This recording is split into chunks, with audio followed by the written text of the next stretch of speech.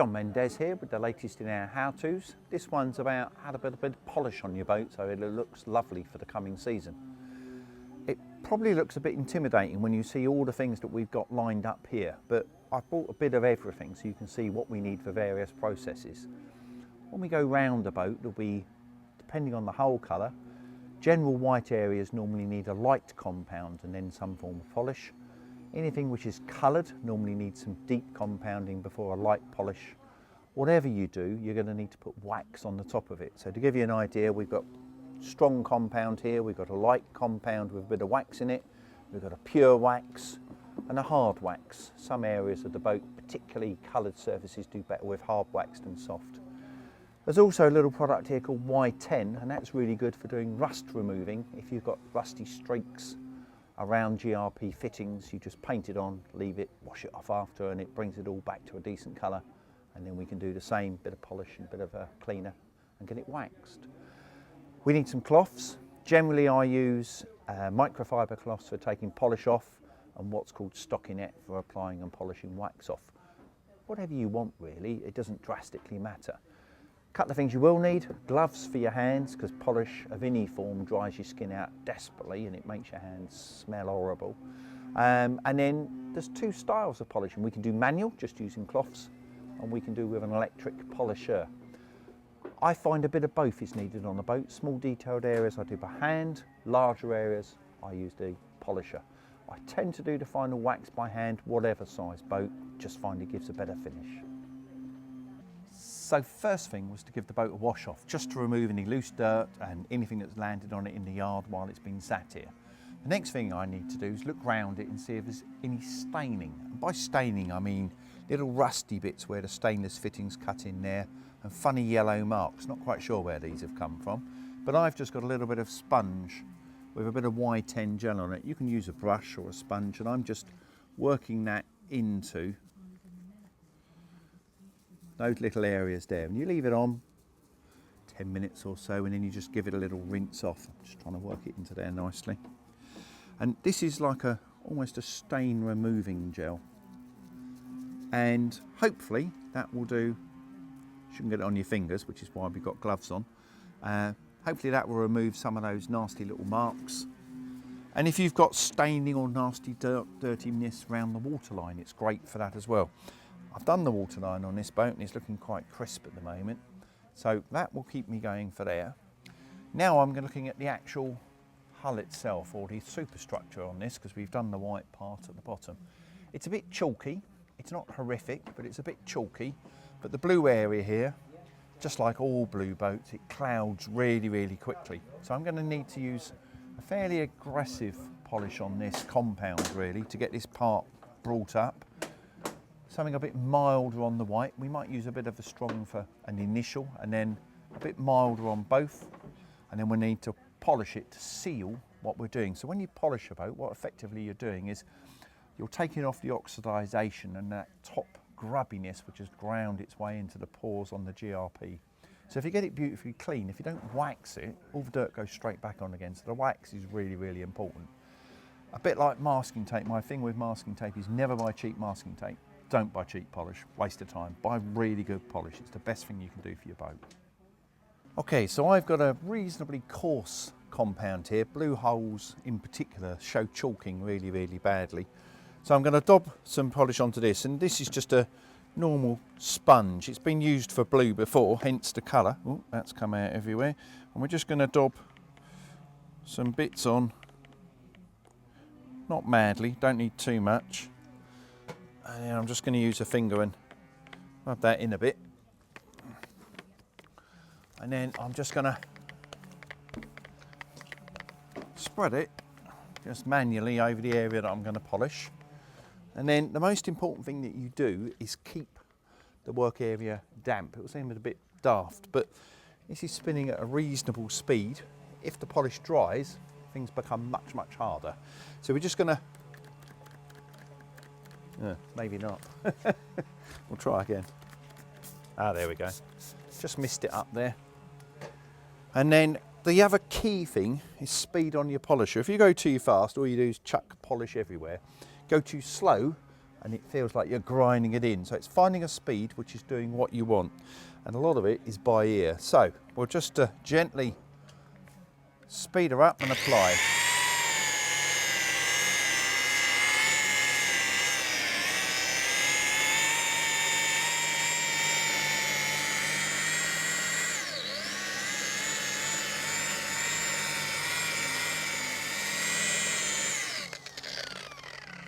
Now hopefully you could see that I worked it in circles going along and then back again, and then I worked it in circles but going up and down. So I'm trying to cover the whole area fairly evenly. I'm just going to have another spray because I can just feel that it's starting to dry slightly in situ, which I don't want.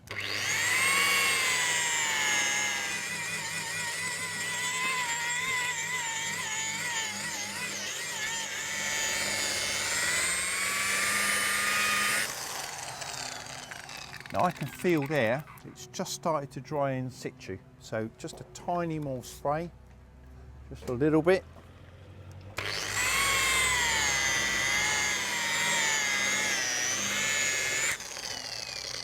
Now, the other thing I didn't mention is make sure your power cable's nice and near your work zone so you're not stretching too far and you can't get tangled. Just with a cloth, I'm just going to take off that excess. Now some people polish until it's all gone. I prefer to just apply, just have a little bit of damp there so I can just keep it moving. Hopefully you can start to see that we're getting a nice blue colour come through from where actually the gel coat is, as opposed to the chalk that was on the top. So we've done a coarse compound. Now if you imagine the boat was a bit of wood, we'd start with coarse sandpaper, then we'd move on to a medium, and then we'd move on to a fine. So effectively what we've done is we've sanded the boat with a coarse paper, coarse polish. And we kept it wet because we don't want it to grab and drag. We want it to just keep moving and gently moving. And as we polish, the grains that are in the polish get smaller and the water allows them to get smaller. So we've already moved from coarse to mediumish just by the action. Now we're putting some finer polish on to start with, and this is just one of millions that are out there, but I find it's really good. It's a one step. So when I did the white of this boat, I just did this one step, didn't need the coarse stuff.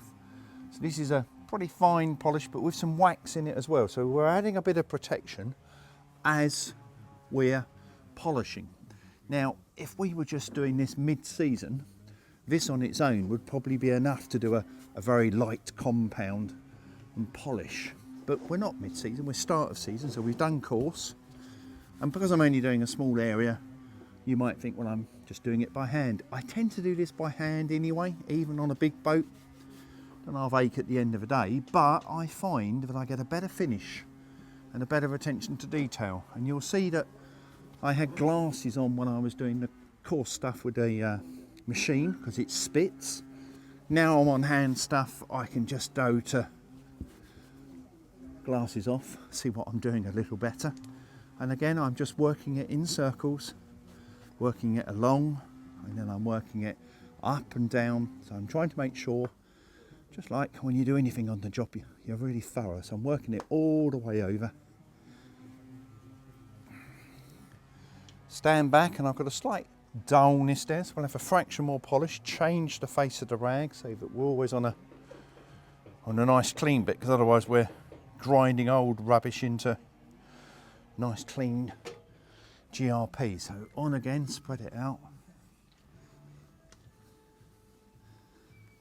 working those circles again.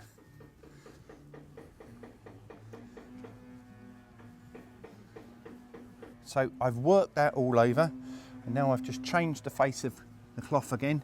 This is a cleanish bit of rag now, and we're just removing the great majority of the compound, leaving just that little bit of wax finish. Now, I said at the start of this that I finish it off with a bit of mutton cloth, stockinette, mutton cloth, call it what you like. And again, make it into a little ball, and again, those nice little circles. And this time I'm applying just a little bit of pressure. And the reason for that is I want to remove any excess and just leave a waxy part there.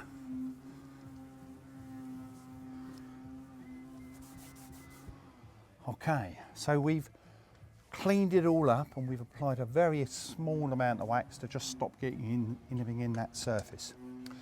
To maintain it, I need to put wax on it, just like a bit of furniture at home. The more wax you can put on, the better and the longer it will last.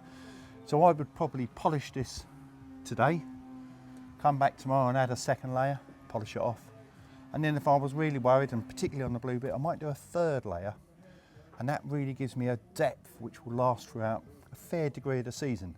For white with 3 coats on will pretty much last all year. The blue will need it doing again in 6 months. Blue picks up the heat and oxidises really badly. Okay, now we're at the protection stage. So this is just a pure wax. There's no cleaner in this at all. It's a pure wax.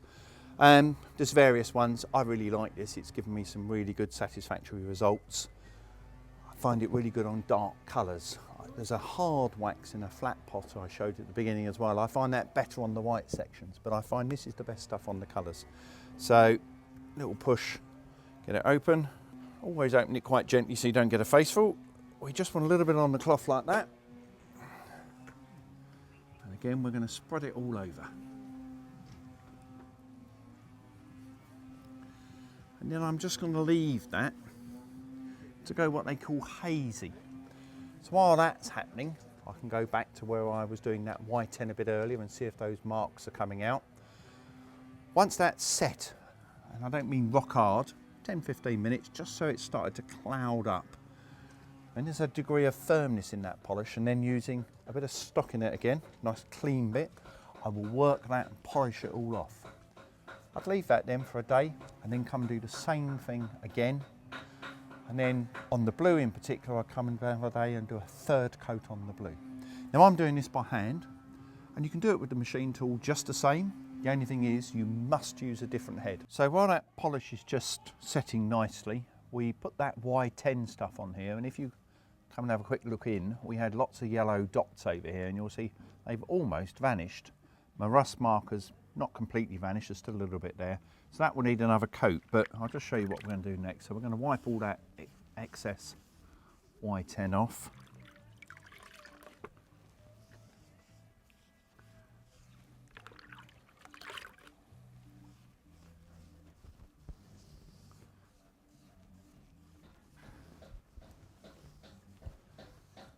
Okay, so that's the Y10 removed. And then just by hand, I'm just going to do a white bit, because I said the white generally doesn't need as much as the blue. So what we had on the blue, if you remember, was we had a little bit of coarse to start with, and because we're doing it by hand, we're not going to need a huge aggressive process, but we'll just do a little bit so you can see the process.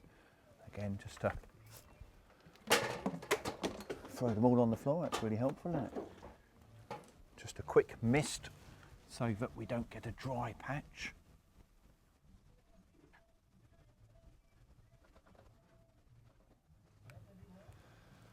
So that's my course done. I've done off and on with that cloth, so we'll just do a quick polish to remove any remaining compound. And yes, I could do it by machine, but it's quite a fiddly little space, isn't it? There's lots of little nooks and crannies, and so by hand, and it's quite good for the keep fit as well, isn't it? Let's be honest, cheaper than the gym membership. So now we're going to do the mixture, which was the light cut with a little bit of wax in, and I like to think of this as a maintainer. So throughout the year, if you can get round to doing this halfway through the season, you'd be amazed how lovely your boat will look, and you'll be the envy of the marina. So we've just kind of removed the worst of the polisher wax with the cloth that we applied it with. Then we're going to swap over to our actual polishing rag. This is not the final polish, this is just the midway through, and already you can see that just by hand I'm getting a really nice little sheen there, and most importantly I'm getting some really good protection on it. Right, so we're going to let that be there. We're going to come back to our wax now, so this is our finishing, isn't it? So we're going to put the wax on the white. Little tip, always put the cloth against it so when it opens it doesn't spray all over you.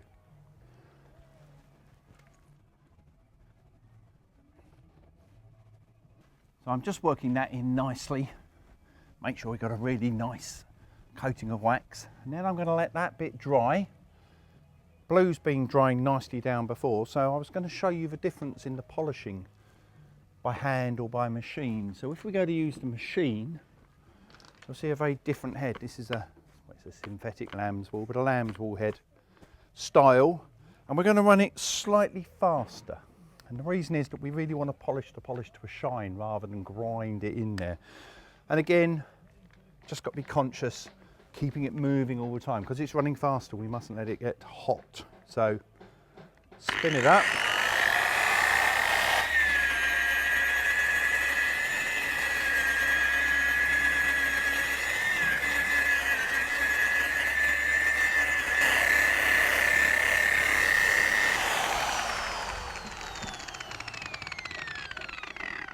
When you hold the polisher up and you can see it in the shine on the boat compared to not, you kind of think, yeah, we're definitely getting there. So that's one coat of polish. A second, I'll leave it a day, and then a third would really make that have a gloss, but it would also give it durability. And you might think, well, I haven't got a mechanical polisher, so I'm going to do the top bit by hand, just so you can see. Just requires a bit of effort, but you can get pretty much the same finish just by a little bit of elbow grease.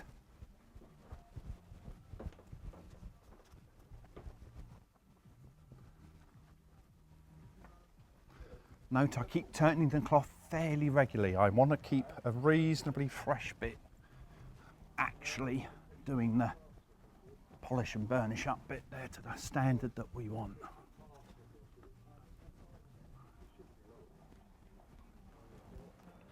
And I didn't leave that wax as long to dry as this, and you can see the difference. It's not quite perfect, but it's not bad at all. Only another 27 foot to go. You probably noticed I put a bit of tape up, and the tape was really just so that we can see the difference. Not so dramatic on the white, but as you come down to the blue, you can really start to appreciate that it is worth the effort. Stainless requires exactly the same technique, but it requires metal polish. This is something called auto sol. You can see I've used a fair bit of it. But the key thing is, don't put too much on. So that is enough to go along most of this rail up to there quite happily. And you might think I'm nuts, but it goes miles. So you do the same sort of thing, you apply it.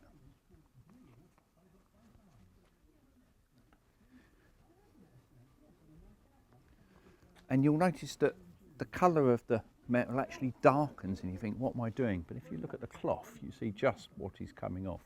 And it's amazing how much dirt stainless steel can carry and still look pretty clean. Need just a thin bit to get in there. Really important that you wear gloves. It's pretty horrible to hands, and it also has I think, a fairly disgusting smell. So, and I'm just going to have a cleanish bit of cloth and a tiny bit more, and it is literally half a pea that I want. Spread it on, and then off we go.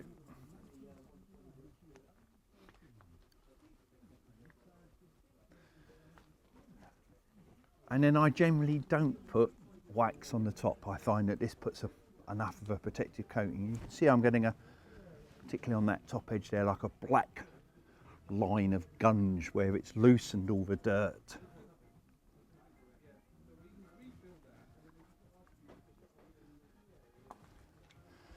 And now I take the worst of it off with the same cloth, and immediately you start to see the quality of your stainless steel come through. So if your boat's made of nice stainless steel, this is really worth doing. So with a little bit of time and effort, just a bit of application. Yeah, a mechanical polisher makes things a bit quicker, but it doesn't make it much better, not greatly.